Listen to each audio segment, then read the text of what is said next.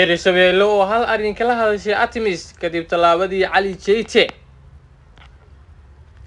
maxkamadda ciidamada oo xukuntay 3 askari oo lagu helay kiis xasaasi ah. amniga magaalada Muqdisho oo si weyn loo adkeeyay jeedka iyo waliba sidoo kale dagaal culus oo maalintii labaad ka socda magaalada Laascaanood ee xarunta gobolka Sool. Surwaal muuqaal si sheegaya qodobadaasi iyo qodobo kale oo faahfaahsan ayaan dul istaagi doonaa hadduu Allaha u dilo ogolaado. haddii ay tahay markii ugu horeysay ee soo booqatay YouTube-kana fadlan subscribe doo gambaleelkana furo. kuma xasanidin aynu ku bilownay wasiirka amniga maamulka Hirshabeelle Mudane Maxamed Cabdiraxmaan Khayri oo ka qayb galay shir xasaasi ah oo golaha wasiirada Hirshabeelle ku yeesheen magaalada Jowhar ayaa sheegay inuu kulan gaar ah la yeeshay saraakiisha ciidanka Artemis. wasiirka ayaa golaha la wadaagay inuu howlgalka Artemis kala hadlay amniga garoomada ku yaala deegaanada Hirshabeelle maadaama ay mas'uuliyad gaar ah ka saaran tahay. sidoo kale waxa uu tilmaamay inuu kala hadlayo adkeynta amniga garoomada si looga hortago khalkhal amni oo ka dhaca maadaama marka qaar uu yimaado isku dhac. waxaa kale oo wasiirku shirka ku soo bandhigay warbixin ku aadan howlgaladii ugu dambeeyay ee laga sameeyay gobolada Hiiraan iyo Shabeellaha Dhexe. wasiirka wasaaradda amniga ayaa golaha ugu waramay xaaladaha amni ee deegaanada Hirshabeelle iyo deegaanadii dhawaan lagu xoreeyay cadawga khawaarijta, isagoo tilmaamay in ciidamada Artemis ay gacanta ku hayaan garoomada diyaaradaha uu faray inay xaqiijiyaan amniga garoomada Hirshabeelle ayaa lagu yiri qoraal laga soo saaray kulanka. intaas kadib golaha wasiirada Hirshabeelle ayaa taageeray qodobkaasi waxayna soo jeediyeen in la dardargeliyo wada shaqeynta iyo dhaqangelinta xoojinta nabadgelyada garoomada diyaaradaha ee ku yaala deegaanada maamulkaasi. arrintan ayaa daba socota tallaabadii uu qaaday gudoomiyihii hore ee gobolka Hiiraan Mudane Cali Jeyte oo ku dhawaaqay in diyaarad sida mas'uul ka tirsan Hirshabeelle aysan ka degi karin garoonka magaaladaasi, isagoo wacad ku maray inuu soo ridayo.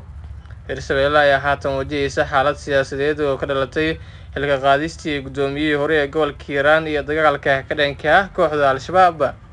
si kastaba lama oga siday wax noqon doonaan, waxaana xaaladaha ay u sii darayaan dhibaatooyinka adag ee ka jira deegaanada maamulkaasi. dhanka kale maxkamadda darajada koowaad ee ciidamada qalabka sida ayaa maanta xukunno ku riday 3 askari oo lagu helay kiis xasaasi ah oo si weyn u qabsaday baraha bulshada, kaasi oo ku saabsanaa jirdil loo geystay wiil dhalinyaro ah. mid ka mid ah askartan oo lagu magacaabo Maxamed Axmed Maxamuud Arab ayaa la arkay isagoo jirdil ka baxsan bini'aadanimada u geysanaya askari hore oo baahiyaha gaarka qabay oo adeeg u doontay xarunta traafikada ee magaalada Muqdisho. ninkan ayaa lagu xukumay 3 sano oo xabsi ciidan ah iyo feer celin sida ay shaaca ka qaaday maxkamadda ciidamada. sidoo kale waxay maxkamaddu xukuntay 2 askari oo kale oo lagu helay inay faafiyeen muuqaalka lagu baahiyay baraha bulshada, kuwaasi oo maxkamadda ka soo muuqday. Axmed Xasan Cadaawe oo ahaa madaxa kaamirada CCTV ayaa isna lagu helay in muuqaalka uu bixiyay isla markaana uu la wadaagay Cabdullaahi Abuukar Xariif oo ah ninka ku sii baahiyay baraha ay ku wada xiriirto bulshada ee internetka. labada nin ayaa sidoo kale lagu xukumay min 2 sano oo xabsi ciidan ah iyo sidoo kale feer celin. waxay awoodi kareen inay la wadaagaan muuqaalka hay'adaha ku shaqada leh CID iyo xeer ilaalinta ciidamada, balse beddelkeedu waxay doorteen ceebaynta qaybta ilaalada nabadgelyada wadooyinka ayaa lagu yiri saxaafadeed ka soo baxay maxkamadda.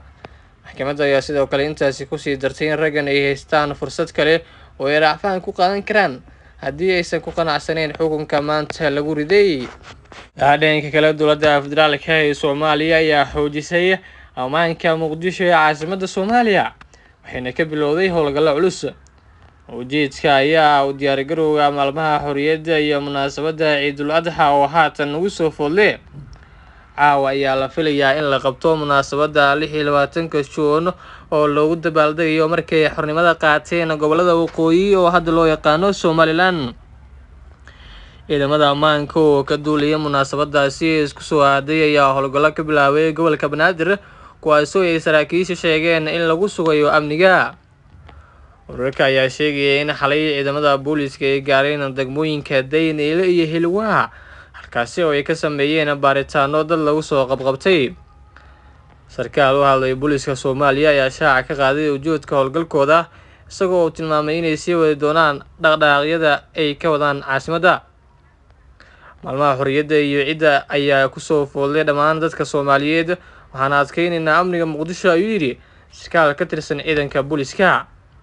Maalmihii u dambeeyay ayaa waxaa magaalada Muqdisho ka socday howlgallo guud oo lagu sugayo amniga, sidoo kalena lagula dagaalamayo burcadda iyo maandooriyaha. Dhanka kale, wararka laga helayo gobolka Sool ayaa sheegaya in maanta mar kale dagaal culus uu ka qarxay duleedka magaalada Laascaanood ee xarunta gobolkaasi, kaasi oo u dhexeeya ciidamada militariga Somaliland iyo dadka deegaanka.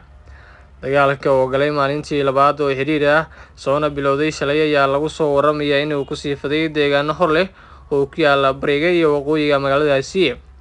Wararka ayaa intaasi ku sii daraya in dagaalka ay barbar socoto duqeyn xooggan, taasi oo sii adkeynaysa xaaladda adag ee ka jirta halkaasi. Sidoo kale, xaaladda magaalada ayaa lagu soo waramayaa inay cakiran tahay, isla markaana ay koronto la'aan tahay, taasoo ay waxyeello gaarsiiyeen madaafiicda. Duqeynta ayaa sidoo kale saameysay goobo kale sida dugsi lagu barto farsamada gacanta, xarun ay leedahay shirkadda isgaarsiinta Telesom, meelo kale oo isbitaalka guud ka mid ah, meel keyd u ah shirkad gaaska iibisa iyo guryo aad u badan. Ma cadda khasaaraha rasmiga ah ee ka dhashay dagaalkan, balse labada dhinac ayaa weli isweydaarsanaya hub culus iyo sidoo kale hoobiyaal. Muddooyinkii ugu dambeeyay, xaaladda magaalada Laascaanood ayaa ahayd mid degan, inkastoo mas'uuliyiinta labada dhinac ay hanjabaadyo isku marinayeen warbaahinta.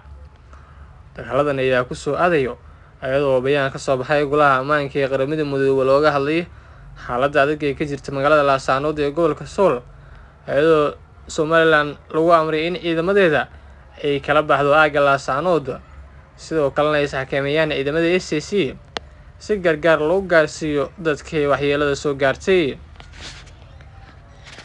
Baaqan ayaa waxaa ka furaystay dhammaan dhinacyada ku dagaalamaya halkaasi, ayagoo markaasi weli dagaalku sii socday. Sidoo kale, khasaaraha baaxadlan uu soo gaarayo dadka ku dhaqan magaalada Laascaanood iyo weliba sidoo kale dhismayaal halkaasi ku yaala.